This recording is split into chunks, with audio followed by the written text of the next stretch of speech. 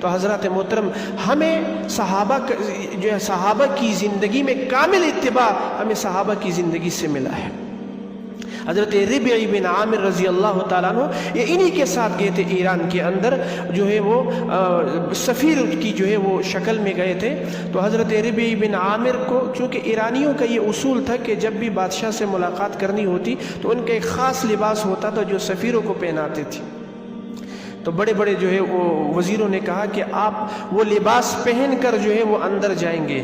ربیع بن عامر نے کہا کہ نہیں، ہم وزیروں کا اور جو ہے بڑا بڑا لباس، ہم تو سادہ سے لوگ ہیں، ہم اسی لباس میں جو ہے وہ سامنے جو ہے وہ بادشاہ کے سامنے جائیں گے۔ پھر حضرت ربیع بن عامر کے پاس ایک تلوار تھی جو ٹوٹی ہوئی تھی، تو ایرانی کہنے لگا کہ تم اس ٹوٹی تلوار سے ایران فتح کرو گے؟ حضرت ربیع بن عامر نے کہا اچھا تم ایسے کرو، تمہارے پاس جو سب سے مضبوط ڈھال ہے اسے لے کے آؤ۔ تو ایرانیوں نے مضبوط ڈھال کی، حضرت ربیع بن عامر نے اللہ کا نام لے کر اس پر تلوار چڑھائی، اس کے 2 ٹوٹے کر دیے اور کہا کہ تلوار کا کمال نہیں ہوتا، چلانے والے کا کمال ہوتا ہے۔ یہ ہے صحابہ۔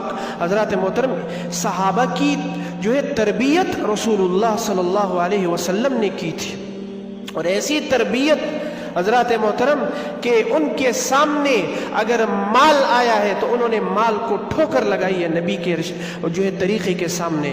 اگر ان کے سامنے کوئی عہدہ آیا ہے، منصب آیا ہے تو ٹھوکر لگا کے پھینک دی، لیکن نبی کے طریقے کو جو ہے وہ سامنے ہاتھ سے جانے نہیں دیا۔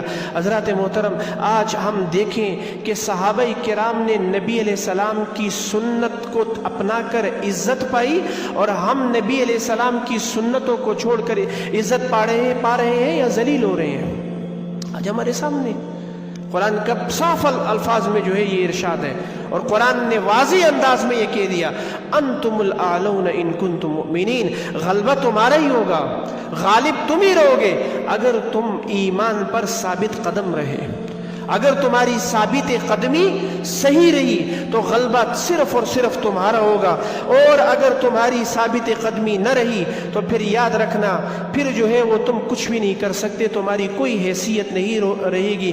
حضرات محترم، یہ عشق تھا صحابہ کو رسول اللہ صلی اللہ علیہ وسلم سے، جس عشق کی وجہ سے وہ اپنے آپ کو تکلیف دینا تو گوارا کر لیتے تھے، اپنے بچوں کو کٹوانا تو گوارا کر لیتے تھے، اپنے آپ کو بھوکا رکھنا تو گوارا کر لیتے تھے، لیکن نبی علیہ الصلوۃ والسلام کی ذات پر کوئی حملہ کرے اس کو گوارا نہیں کر سکتے تھے، اس کو گوارا نہیں کر سکتے تھے۔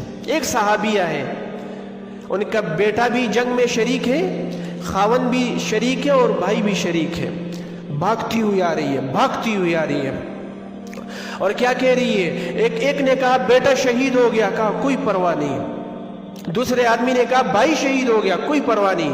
تیسرے نے کہا شوہر شہید ہو گیا، کوئی نہیں۔ کہا کہ پرواہ کس کی ہے تمہیں؟ قریبی رشتہ تو تینوں ہی ہوتے ہیں نا، یا بھائی کا یا بیٹے کا یا خاون کا، تو پھر تمہیں کس کی پرواہ ہے؟ کہا کہ مجھے رسول اللہ صلی اللہ علیہ وسلم کی پرواہ ہے، مجھے یہ بتاؤ کہ رسول اللہ صلی اللہ علیہ وسلم کس حال میں ہے۔ حضرات محترم، صحابہ کے سامنے نبی کی گستاخی تو دور کی بات، نبی کے حکم کے سامنے اگر کوئی کھڑا ہوتا تھا صحابہ اس کی بھی گردن اڑا دیتے تھے۔ صدیق اکبر کیا کہہ رہے ہیں کہ مدینے میں صرف ایک حکم کا انکار کیا تھا کہ لوگوں نے کہا تھا کہ ہم زکوٰۃ نہیں دیں گے، مدینے کے اندر کوئی مرد نہیں رہنے دیا تھا صدیق اکبر نے، جاؤ جہاد کرو، جس نے زکوٰۃ کا انکار کیا ہے اس کے خلاف تلوار چلاؤ۔ وہ کیا کہا تھا؟ صدیق اکبر کا جملہ آپ کو یاد ہونا چاہیے، کہا اَيَنْقُصُ الدِّينُ وَأَنَا حَيٌّ، دین میں کمی آ جائے اور صدیق زندہ ہو یا نہیں ہو سکتا۔ آج نبی کی ذات پر حملے ہو رہے ہیں، براہ راست حملے ہو رہے ہیں۔ صحابہ نبی سے اتنی محبت کرتے کہ نبی کے حکم کے سامنے اگر کوئی کھڑا ہوتا تھا اس کو جو ہے وہ تلوار سے اس کی گردن اڑا دیتے تھے۔